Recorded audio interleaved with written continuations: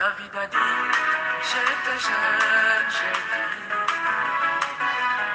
David a dit, j'étais jeune, j'ai vieilli. Je n'ai pas vu injuste abandonné.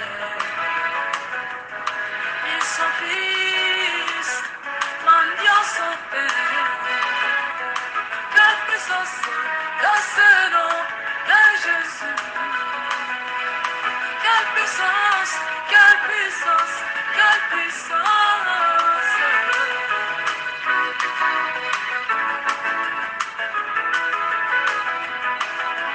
Reste paix, sois loué.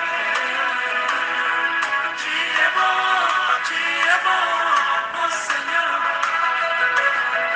Reste paix, sois loué. Tu es bon, tu es bon, tu es bon. Reste paix, sois loué.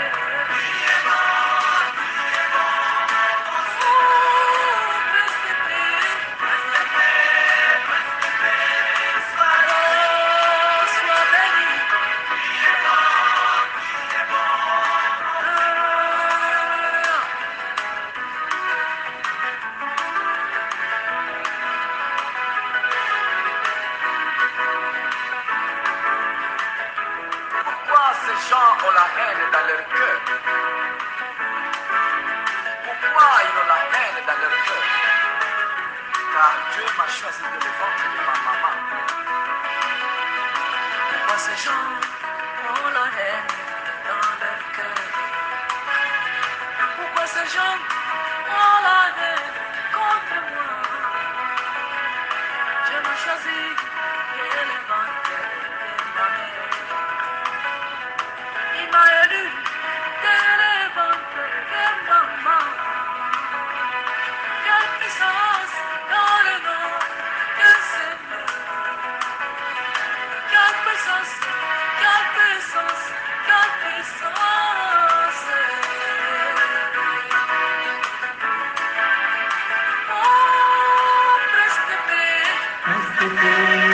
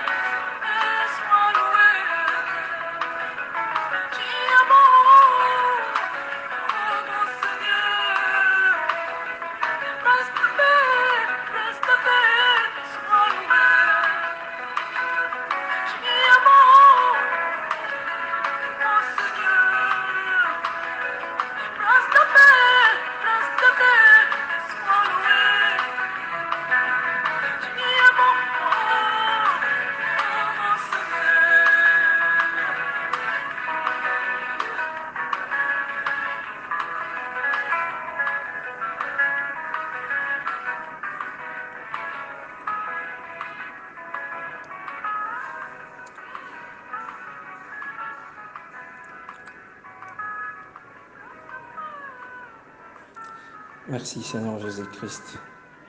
Nous allons lire un passage de la Bible dans Jean chapitre 14, verset 27, partie A. Voici la parole de l'Éternel. Je vous laisse la paix, je vous donne ma paix. Je ne vous donne pas comme le monde. Psaume 119, verset 165. Psaume 119, verset 165, je suis dans la version 8 secondes. Il y a beaucoup de paix pour ceux qui aiment ta loi, et il ne leur arrive aucun malheur. Et il ne leur arrive aucun malheur. Bien sûr que nous avons part aux tribulations, nous avons part à la souffrance de Christ. Si Dieu permet que nous passions par l'épreuve et la tribulation, cela veut dire que les épreuves et la tribulation qu'il permet dans nos vies font partie de son plan pour que toutes choses concourent à notre bien. Elles doivent donc tous avoir un sens dans la vie du croyant.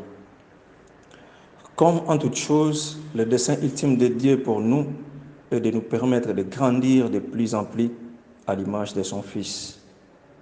Tel est l'objectif du chrétien, et tout dans sa vie, y compris les épreuves et tribulations, a pour but de nous y faire parvenir. Cela fait partie du processus de sanctification, de mise à part pour Dieu, pour vivre pour sa gloire.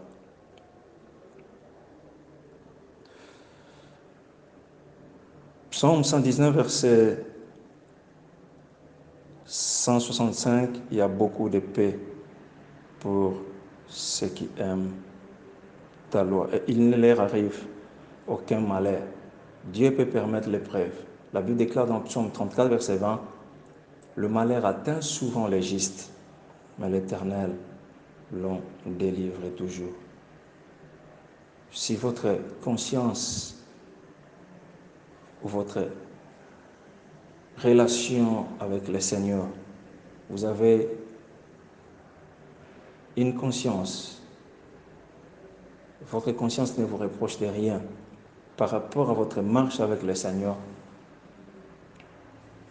même au milieu des tribulations, vous aurez la paix du cœur. Jean 14, 27a, la Bible déclare, « Je vous laisse la paix. Je vous donne ma paix. Je ne vous donne pas comme le monde vous donne. » La paix. Le Seigneur, c'est lui qui est le prince de paix. Nous ne pouvons jamais continuer de vivre dans le péché et avoir la paix du cœur. Le péché ôte la paix. Nous ne pouvons jamais continuer de vivre dans le péché et être aimés par Dieu. Il y a beaucoup, adverbe de quantité, de paix pour ceux qui aiment ta loi. Et il ne leur arrive aucun malheur. Il y a la part de Dieu, il y a la part de l'homme. Notre part est de marcher selon les principes et les ordonnances divines. Même au milieu des tribulations, même au milieu de l'épreuve, quand tout va mal, quand tout va bien, nous avons la paix du cœur. Cette paix intérieure. Pas comme le monde vous la donne. Vous ne trouverez jamais la paix en prenant une bière, entre parenthèses, OI. Vous ne trouverez jamais la paix en prenant du cannabis, entre parenthèses, les diamba. Vous ne trouverez jamais la paix. Je vous laisse la paix, je vous donne ma paix. Je ne vous donne pas comme le monde donne. Vous ne trouverez jamais la paix en prenant la bière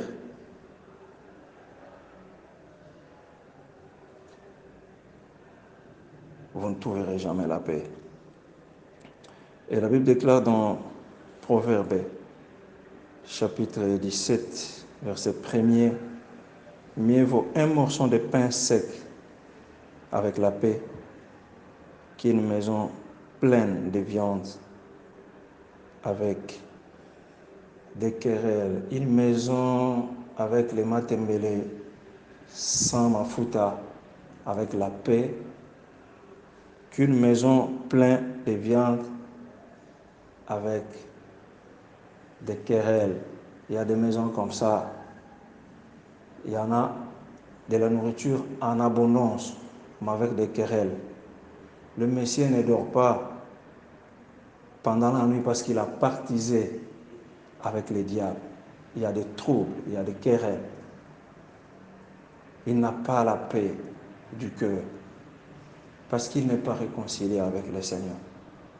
Parce qu'il est dans les péchés. Il a partisé avec les diables. Les péchés ôtent la paix. Nous ne pouvons jamais continuer de vivre dans le péché et avoir la paix du cœur. Alléluia. Philippiens chapitre 4, verset 6. Il est écrit, « Ne vous inquiétez de rien, mais en toute chose, faites connaître vos besoins à Dieu par des prières et des supplications, avec des actions de grâce. » Verset 7. « Et la paix de Dieu, et la paix de Dieu qui surpasse toute intelligence, gardera vos cœurs et vos pensées en Jésus-Christ. » Et la paix de Dieu qui surpasse toute intelligence gardera vos cœurs et vos pensées en